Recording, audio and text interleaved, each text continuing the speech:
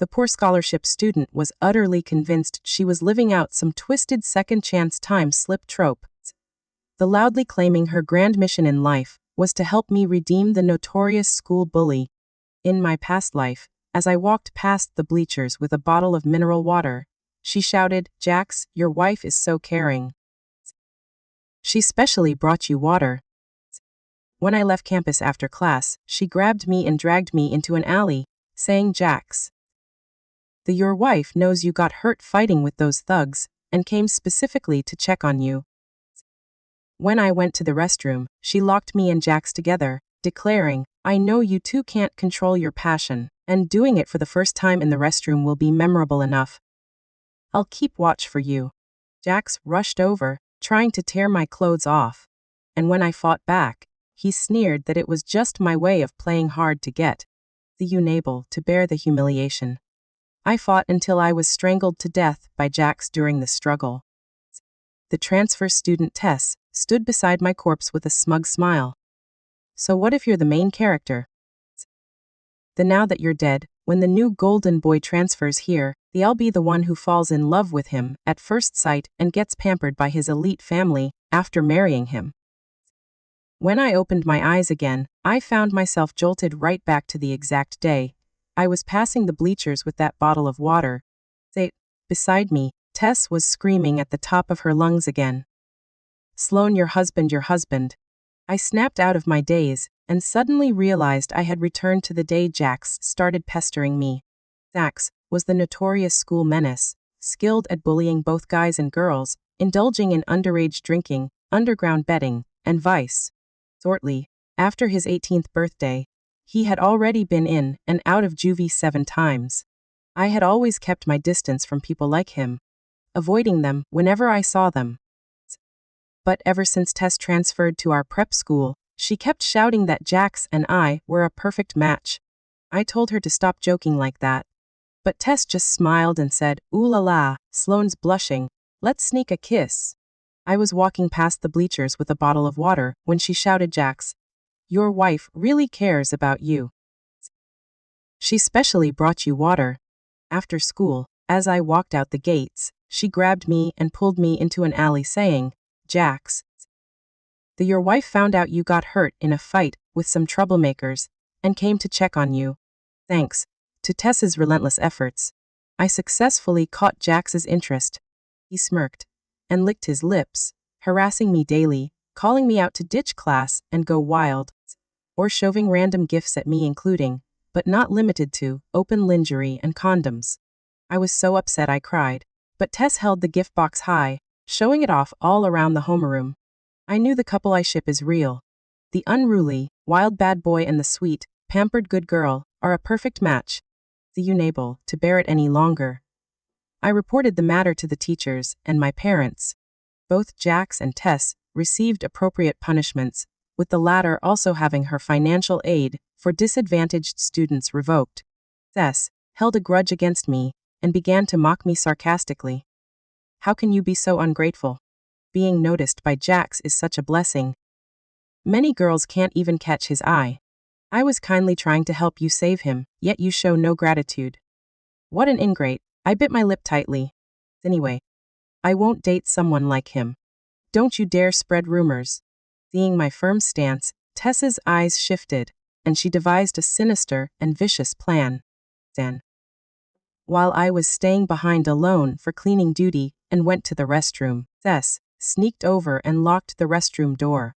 And Jax was waiting for me inside the girls' restroom. I was shocked and hurriedly turned around to pull the door. The door remained firmly shut, crushing all my hopes. Tess laughed heartily outside the door. "Sloane, I know you two lovebirds can't help yourselves. Doing it for the first time in the bathroom makes it more memorable. I'll keep watch for you." Meanwhile, Jax sneered and held me tight, kissing me wildly while tearing at my school uniform. I resisted with all my might, scratching several bloody marks on Jax's shoulder.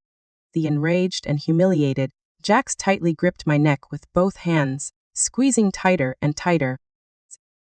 By the time he let go, I had already stopped breathing. Jax jolted awake, scrambling off me in a panic and fleeing through the window. Tess unlocked the door and came in to check on the situation. Seeing my corpse, she was startled at first. Then a faint smile curled at the corner of her mouth. So, what if you're the female lead? Then now that you're dead, when the male lead transfers to our school, I'll be the one who falls in love with him at first sight, marries him, and gets pampered by his whole family. As for you, get ready to be bound to Jax for all eternity. 2 days later, the truth came to light and Jax was arrested. Tess, with tears and snot streaming down her face, praised our love to the police officer. Jax loved Sloane very much. They had already pledged their lives to each other long ago. This was an accident. I am almost too embarrassed to say it. Under the police's relentless questioning, Tess finally stammered out.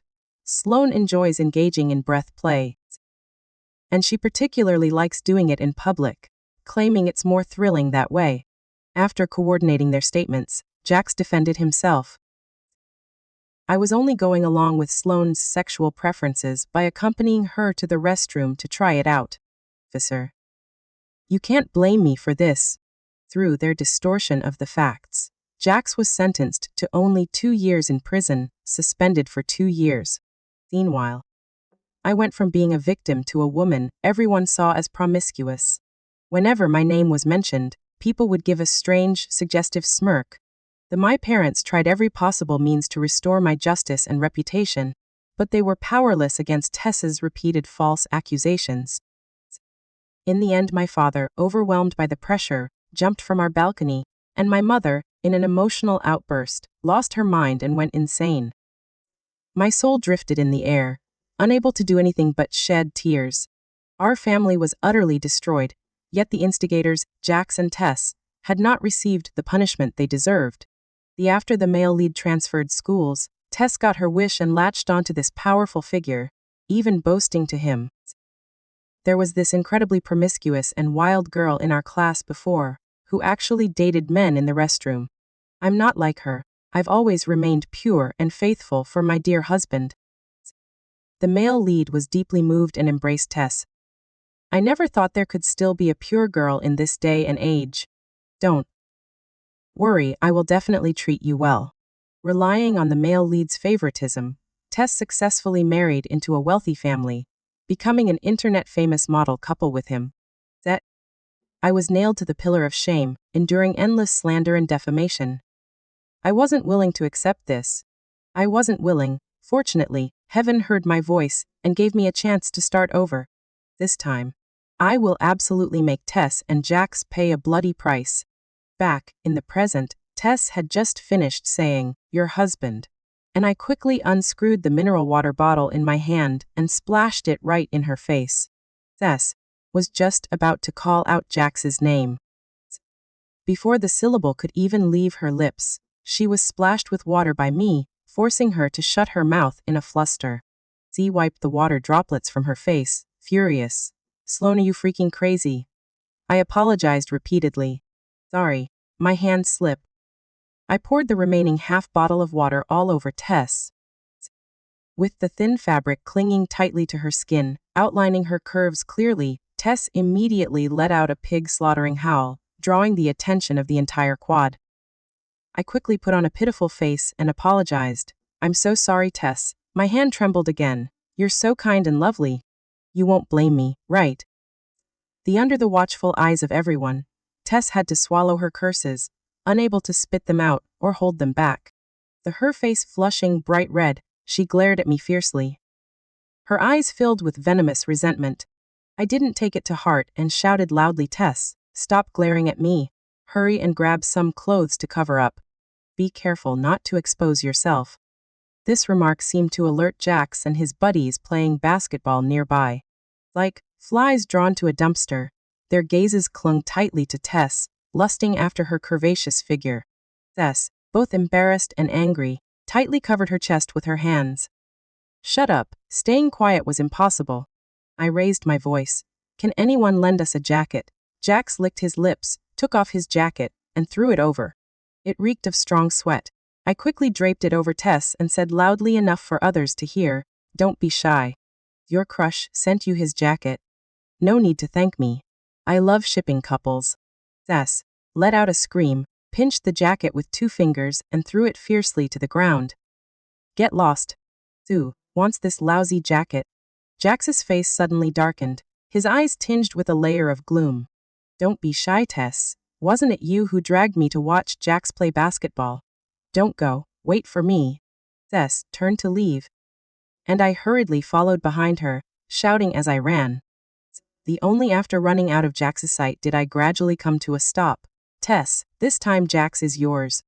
Humiliated by having been seen by the entire quad for her figure, Tess lay on her desk wailing loudly. I walked over to comfort her. Don't cry. Jax is not one to fuss over trivial matters. Even if everyone saw you, he wouldn't give it a second thought. Jax, my foot. Don't you dare mention his name to me. Tess snapped her head up, her teeth chattering with rage. Jax, and you are the perfect match. I covered my mouth in surprise. Tess, even if you're angry, you can't just give your crush to me. Everyone in class knows you talk about Jax's name every day. You must have had a crush on him for ages.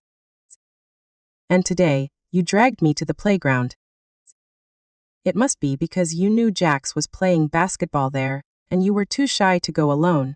So, you used me as an excuse, right? Tieski, you're always so stubborn on the outside, but soft on the inside. The you two lovebirds are killing me with sweetness. Tessa's eyes were blazing with fire, as if she wanted to burn me to a crisp. But, no matter what she said, I always found a way to uncover the sweet moments between her and Jax. Moreover, through my relentless spreading of rumors, in the eyes of many classmates, Tessa's decision to transfer to our school, despite the high tuition fees, was precisely for Jax. Gradually, the looks classmates gave Tess became meaningful.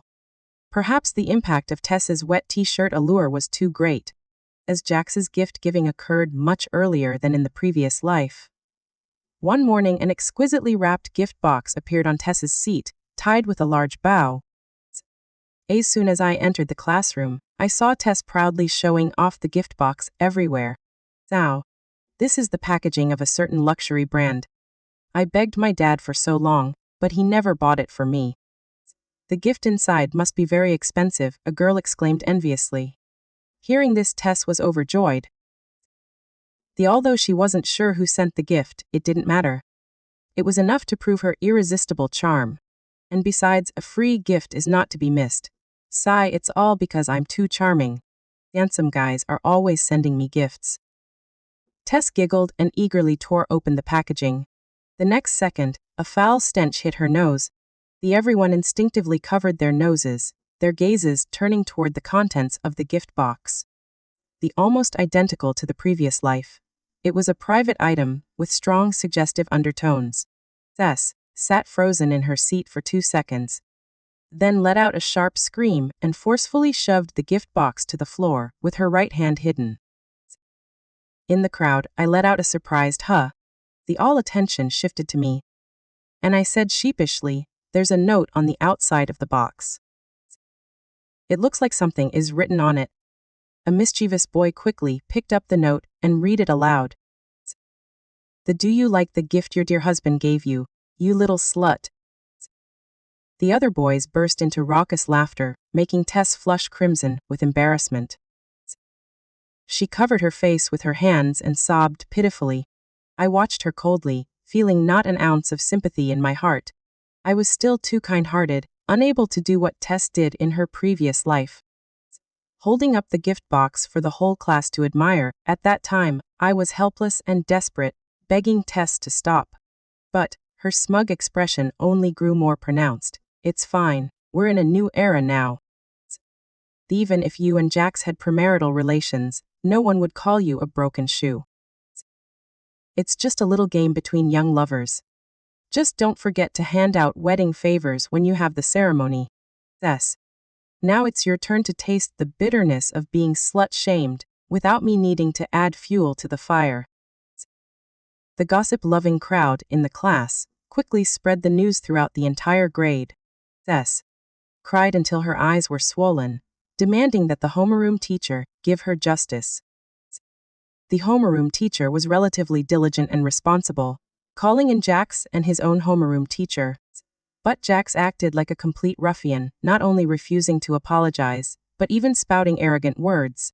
Sue told her to dress so provocatively on the playground. Wasn't she deliberately trying to seduce me? And you old-fashioned folks should mind your own business.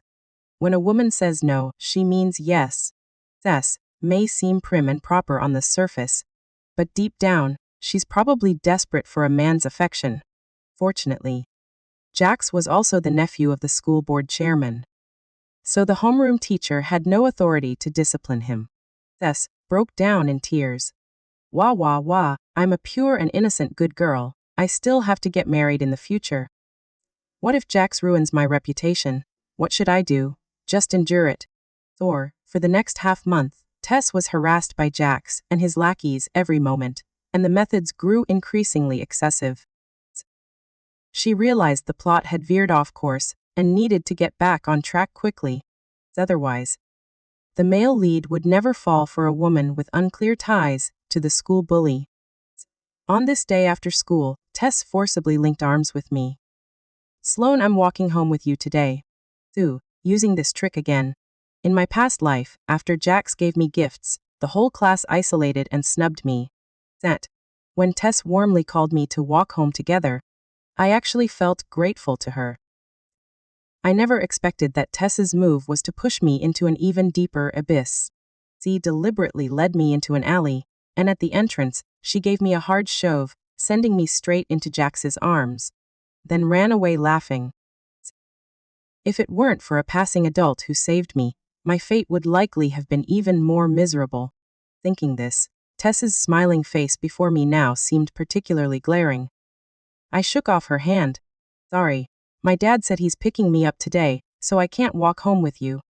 How can you be so selfish? Tess's face fell. Aren't we best friends? How can you leave me to go home alone? I pretended to be conflicted. Should I call my dad and tell him to go back? A flicker of cunning flashed in Tess's eyes as she pouted. I forgive you. Hurry up, we've already wasted a lot of time. Now, most of the students had already left, leaving only snack vendors and a few scattered passersby at the school gate. Tess held tightly onto my arm, as if afraid I might suddenly run away. At the same time, she kept looking around, trying to locate Jax's direction. The way, Sloane, I know a shortcut that can save us several minutes. Come on, let's go check it out. Ignoring my resistance, she forcibly dragged me in that direction. The secluded alley was long and narrow, without even a street light. I stopped in my tracks, refusing to go any further. Tess pushed me hard. Get in there. I took a step back and kicked her hard behind the knee. Caught off guard, Tess watched helplessly as she fell face first to the ground. Her cheek scraping along the asphalt for 6 feet, filling her mouth with dirt. Before she could react, I quickly turned and ran toward the school gate. By the time the police arrived, Tess was crying, wrapped in her filthy school uniform. As she cried, the skin on her face, scraped raw by gravel, moved with her expression, making her look especially fierce. Panting, said, Tess, are you okay? The police officer and I are here to help you. Sloane, you bitch, Tess shouted angrily.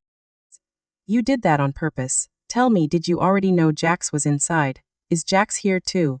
Did something happen between you two? I tiptoed to peer inside, exaggerating my movements, successfully angering Tess. Tess cried, tears and snot running down her face, as she ran to the police officer to act coquettishly.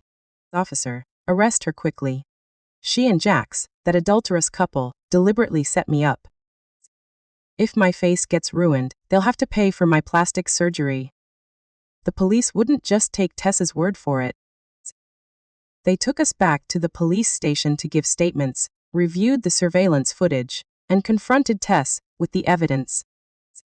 You claim Sloane and Jax conspired to frame you. But the surveillance shows you were the one who led Sloane into the alley.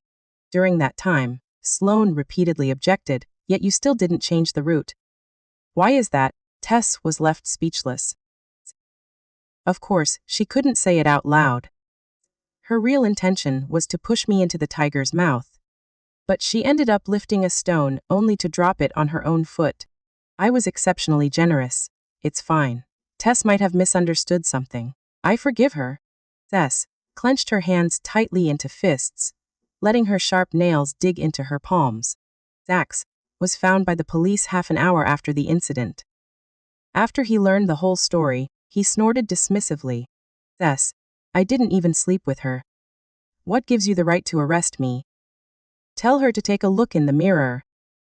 With a scar as big as a bowl on her face, she's hideously ugly. What man would even want to touch her? Back in the day. If her looks were even passable, I might have fooled around with her.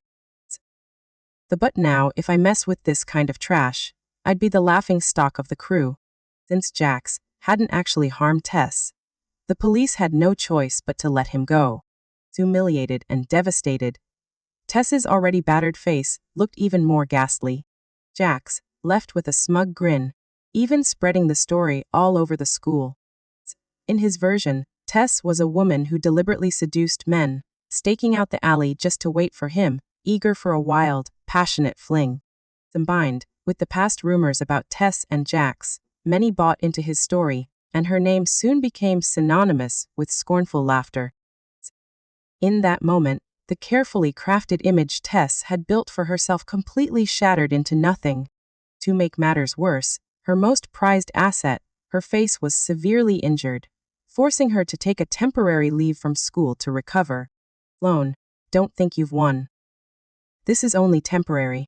I'm the one who will have the last laugh. Before leaving, Tess couldn't resist throwing a final threat my way. I smiled without saying a word. What a pity. Whether she'll even survive until the end is still up in the air. Tess took a 2-month leave of absence. During that time, I lived very comfortably. My parents picked me up from school every night and even took me out for the late-night snacks I craved. Then, after the midterm exams, 2 major events happened at school. I defeated the top students from the elite class of the neighboring prep school and achieved the best score in the entire city. The school heartthrob from the prep school, Julian, the male lead Tess kept talking about, transferred to our school. What's more, Julian requested the dean to place him in my class just so he could personally declare war on me. Say, you're Sloane, the one who got first place in the city.